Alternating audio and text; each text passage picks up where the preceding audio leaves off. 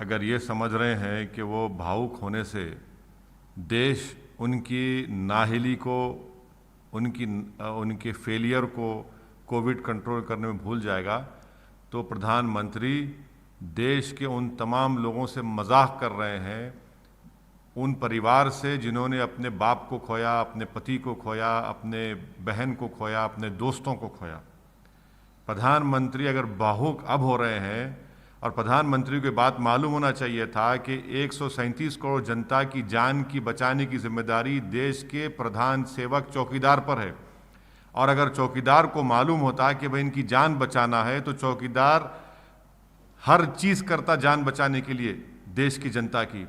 प्रधानमंत्री सोते रहे जब प्रधानमंत्री को मालूम था कि अगस्त 2020 में बड़े बड़े international countries, America, great Britain ने फार्मास्यूटिकल कंपनी से ऑर्डर दिया वैक्सीन का। अगस्त 2020 में हमारे प्रधानमंत्री जो आज भावुक होकर, आंसू बहाकर देश की जनता को मजाक कर रहे हैं, उनको तो उसी वक्त ऑर्डर देना चाहिए था। कब ऑर्डर दिए? वो 5 दिन पहले, वैक्सीनेशन देने से 5 दिन पहले वो शुरू करते हैं। प्रधानमंत्री आज भावुक हो रहे हैं। प्रधानमंत्री को नहीं मालूम था कि दूसरी वेव आ रही है। साइंटिस्ट, एपिडेमियोलॉजिस्ट बोल चुके थे प्रधानमंत्री को कि सेकेंड वेव भारत में आ रहा है। तो प्रधानमंत्री तो कैंपेन चला रहे थे कि ये प्रधानमंत्री हैं ऑप्टिक्स के, ये प्रधानमंत्री नहीं है उन रोने वाले भारत के लोगों की जिन्होंने अपने भाई बहन, पिता को, अपने पति को, अपनी पत्नी को खोया है। ये प्रधानमंत्री सफरिंग के प्राइम मिनिस्टर नहीं है, जो लोग भारत में सफर कर उनके प्राइम मिनिस्टर नहीं है। ये सिर्फ ऑप्टिक्स के, इनका इमेज खराब हुआ, लोग इन पर इल्ज़ाम लगा रहे थे, लोग इन पर तनकीद कर रहे थे, गंगा में लाशें बह रही थी, तो प्रधानमंत्री अपना इमेज बचाने के लिए आकर भावुक हो रहे हैं। प्रधानमंत्री मजाक कर रहे हैं, खुला मजाक कर रहे हैं। अगर उनको वाकई में भावुक होना था तो वो दिन रात मेहनत करते कि 137 करोड़ जनता की जान कैसे बचाई जाए।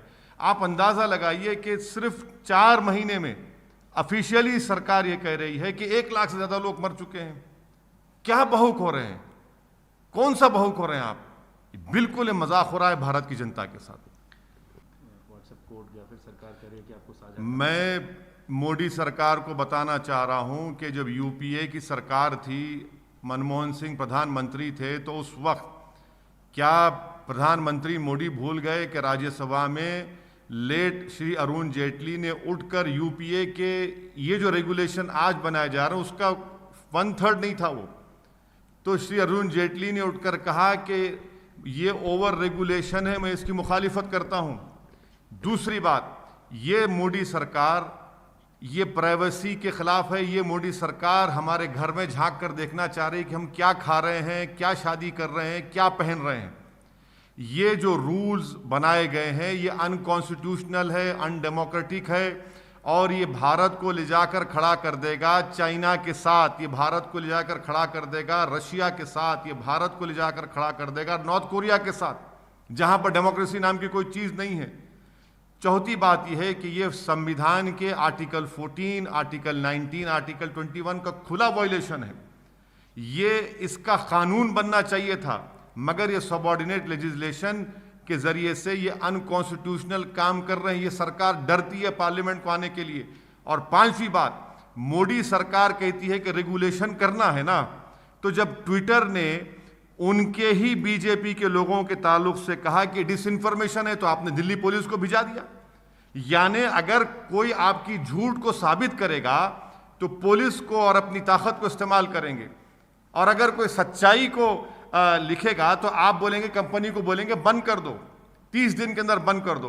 तो ये सरासर अनकॉन्स्टिट्यूशनल है, अनडेमोक्रेटिक है, और ये आईटी एक्ट 79 सेक्शन का और सेक्शन 69 का भी वायलेशन है। तो और ये मुझे यकीन है कि जब ये कोर्ट में जाएगा तो कोर्ट इसको निकाल देगा। इनके सरासर इनकी जिद है, इनकी ज़बरदस्ती है, इनका ये एक लोगों के प्राइवेसी को छीन लेना सर्वेलेंस के लिए, कि कौन हमारे खिलाफ है, कैसे उसको रोका जाए।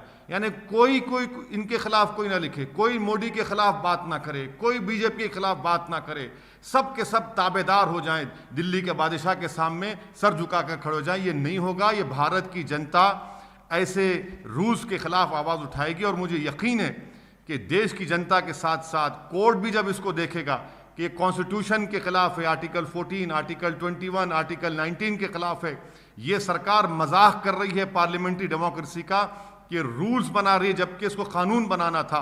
और खुद अरुण जेटली ने उस वक्त यूपीए ने इस तरह के रूल्स बनाए थे तो उसकी मुखालिफत की थी, बीजेपी ने की थी। आज उससे 10 गुना ज्यादा इस तरह के रूल्स बनाकर सर्वेलेंस करना चाहते हैं, सेंसरशिप करना चाहते हैं और ऑनलाइन न्यूज़ पोर्टल पर भी वो उंगली उठा रहे हैं कि उनको भी कंट्रोल करना। एएनआई का भी न्यूज़ पोर्टल है, कल एएनआई के खिलाफ भी नोटिस दे दिया जाएगा। तो ये सरासर जमहूरियत के डेमोक्रेसी के खिलाफ है, कॉन्स्टिट्यूशन के खिलाफ है।